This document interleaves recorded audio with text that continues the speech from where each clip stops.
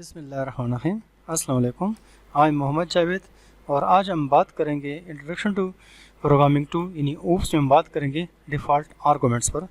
Default arguments किसको कहते हैं और क्यों हमारे काम आते हैं और कहाँ हम इसको यूज़ कर सकते हैं। इधर पेन को इनेबल कर दूँ।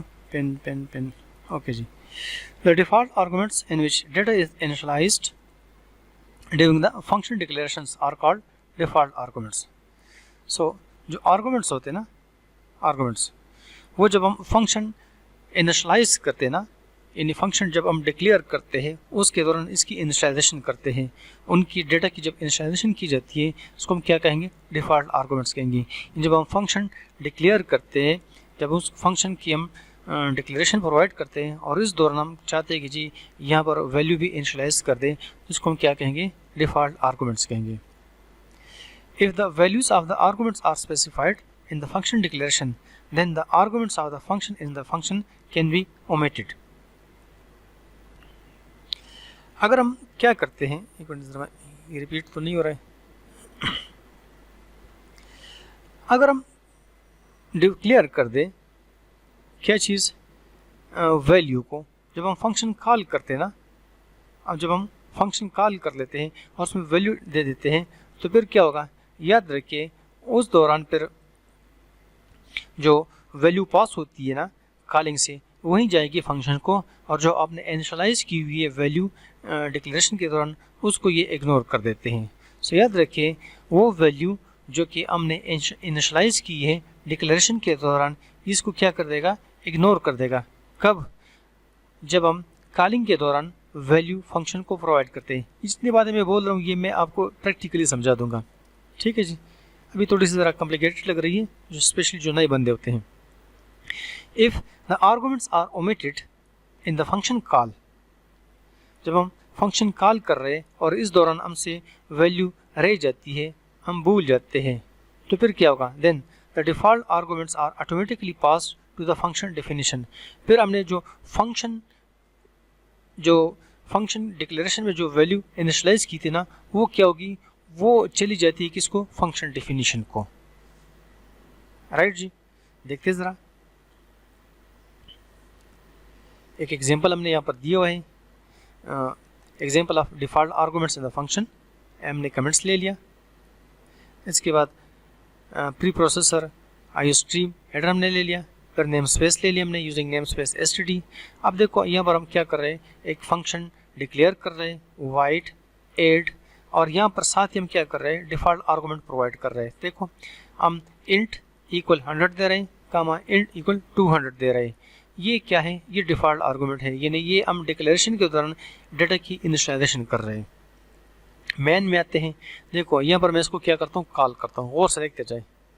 जब मैं कॉल करूँगा ना तो याद रखिए, अब कॉलिंग में मैंने दोनों वैल्यू दी हुई ना 10 और 20, तो 10 और 20 क्या होंगे, पास होंगे, चले जाएंगे फंक्शन डिफिनीशन को, 10-20 चले जाएंगे, इस पर जो प्रोसेस होगा हो जाएगा।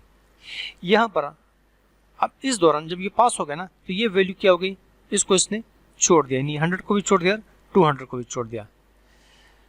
अब हमारा ध्यान नहीं होता है, हम लिखते 8 और 90 कॉल कर लेते हैं, ठीक है जी। अब होना तो ये चाहिए दूसरा भी दे देना, तो ये क्या होगा, अब एक वैल्यू तो 90 चली जाएगी ना, 90 फंक्शन डिफिनेशन को, साथ ही दूसरी वैल्यू यहाँ से जाएगी, सपोज चला जाएगा क्या, 200 चला जाएगा। सो 200 यहाँ से उठा लेगा और इनके साथ चला जाएगा। इनके साथ अगर हम वैसे कहते हैं कि जी 8 और कोई वैल्यू पास नहीं करते, तो अब क्या होगा, अब फंक्शन को डिफिनेशन को 100 और 200 पास हो जाएगा, 100 भी पास हो जाएगा और 200 भी पास हो जाएगा। सो इससे फ़ायदा क्या होगा, याद रखिए इससे हमारे जो फंक्शन में एरर्स के चांसेस होते हैं ना, वो मिनिमाइज़ हो जाते हैं, वो रिड्यूस हो जाते हैं। क्योंकि आपका ध्यान नहीं होता, आप बाज़ों का 3 पैरामीटर चाहिए और आप 2 देते हो, और आपने अगर इनिशियलाइजेशन नहीं किए और डिफ़ॉल्ट आर्गूमेंट्स नहीं किए तो फंक्शन आपको फिर एरर देता है। जब आप प्रोग्राम कंपाइल करते हो तो आपको एरर मिलता है। हम चाहते हैं कि जी एरर भी ना हो, हमारा प्रोग्राम स्मूथली चले, तो इनके लिए हम कोशिश करते हैं कि जी डिफ़ॉल्ट आर्गूमेंट्स को यूज़ करते हैं। इस प्रोग्राम का आउटपुट ज़रा देखते हैं। ये देखिए, ये इसको वैल्यू आ गई, और मतलब सपोज जब हमने वापस जाते हैं मैं समझा देता हूँ। ये जब हमने फर्स्ट कॉल किया 10 20, 10 इसको आ गया है, 10 20 इसको आ गया है, ठीक है जी। और एंड जेड, फिर 10 और 20 ऐड हो गए, जेड में स्टोर हो गए, और क्या एडिशन इक्वल जेड, जेड की वैल्यू क्या है 30 है। तो हमें देखो यहाँ पर नज़र आ रहा है क्या, एडिशन इक्वल 30 नज़र आ गया। और दूसरा तरह देखते हैं, ये सेकंड वन, हमने 90 सेंड कर दिया, हम भूल गए थे दूसरे पैरामीटर को, तो देखो 90 के साथ क्या चला गया, यहाँ से डिफ़ॉल्ट वैल्यू उठा ली क्या 200, तो मतलब क्या है 90 और 200 फंक्शन डेफिनेशन को चले गए। सो यहाँ पर 90 आ गया, यहाँ पर 90, ठीक है जी, और वाई में 200 आ गया, फिर 90 और 200 ऐड हो गए, जेड में 290 स्टोर हो गया, और फिर हमें नज़र आ रहा है क्या 290 स्क्रीन पर डिस्प्ले नज़र आ रहा है, देखें ये लीजिए, राइट। इसी को हम कोड करके देखते हैं कि क्या होता है। न्यू करता हूँ,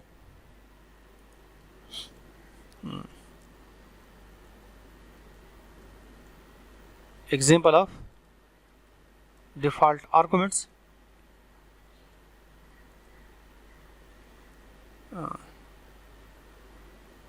include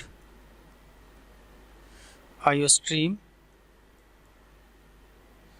फिर नीचे इसको using name space std white, क्या सपोज एक फंक्शन बना तो ऐड नाम से यही बना तुम्हें,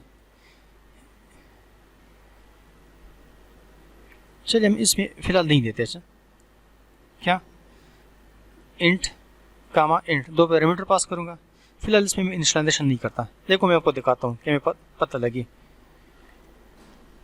इंट मेन का फंक्शन, और इसके बाद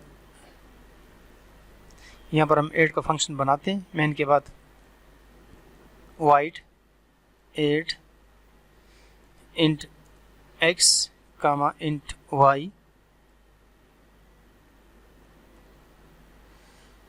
इंट जेड एक लो, और उसमें जेड में ऐड कर दो किसको, एक्स प्लस वाई को ऐड करो, फिर डिस्प्ले दे दो सी आउट, न्यू लाइन पर हमें मैसेज आ जाए, एडिशन का मैसेज आ जाए, और इक्वल, फिर डिस्प्ले करे क्या जेड की वैल्यू को। यहाँ पर आते हैं मेन में इसको कहते हैं कॉल करते हैं। सपोज देखो ऐड क्या कॉल करता हूँ 10 को और 20 को कॉल करता हूँ, ठीक है जी, और फिर आता हूँ रिटर्न 0 कर लेता हूँ, सेव करते इसको, डिफ़ॉल्ट आर्गुमेंट्स का नाम देता हूँ,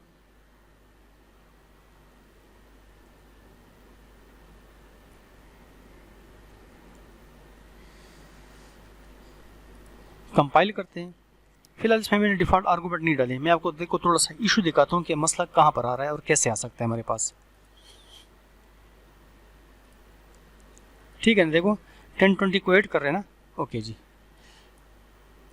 अब देखो हमारा ध्यान नहीं है, मेरा ध्यान नहीं था, मैंने सिर्फ 10 सेंड कर दिया है, ठीक है जी। देखते ज़रा, एरर दे रहा है, बिल्कुल जी एरर दे रहा है। देखो एरर यहाँ पर है, एरर नीचे दिया हुआ है, too few arguments to function void add int, यानी इसको ज़्यादा पैरामीटर चाहिए, आपने कम दिए, राइट।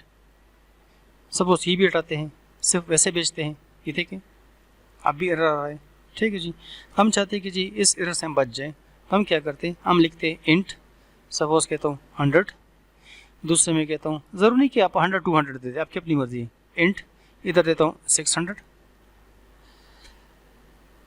अब देखो मैं यहाँ पर भेजता हूँ क्या 200 कामा 300। अब दो पैरामीटर चाहिए तो मैंने 2 सेंड किए ना, तो ये 200 300 ही जाएंगे, देखिए हमें मैसेज मिल रहा है ना 500, यानी 200 300 जम हो गए। अब अगर हमारा ध्यान नहीं होता है, हम क्या करते हैं, हम देते 8 और लिखते क्या, सपोज लिखते 50, ठीक है जी, हमने 50 दे दिया। अब क्या होगा, एक यहाँ से चला गया और दूसरा यहाँ से उठा लेंगे 600, तो 50 और 60 जाएगा, देखो एरर के चांसेस हमारे क्या हो गए, रिड्यूस हो गए क्या नहीं, देखें 650 आंसर आ गया हमारे पास। अच्छा हम बिल्कुल एम्प्टी देते हैं, यानी कॉलिंग के दौरान 8 लिखते हैं, और ये अब क्या होगा, अब यहाँ से हमने कोई पैरामीटर नहीं भिजवाया है और फंक्शन को तो 2 चाहिए, तो ये दोनों यहाँ से उठा लेगा, या डिफ़ॉल्ट आर्गूमेंट से, यानी 100 और 600 दोनों उठा लेगा। देखें 700 आ रहा है कि नहीं आ रहा है, राइट। सो ये था हमारा टॉपिक। आपके जहन में कोई क्वेश्चंस है कि क्वेरी है, आप लोग कांटेक्ट कर सकते हो दी हुई मेरी ईमेल आईडी पर या सेल नंबर पर। Thank you ji.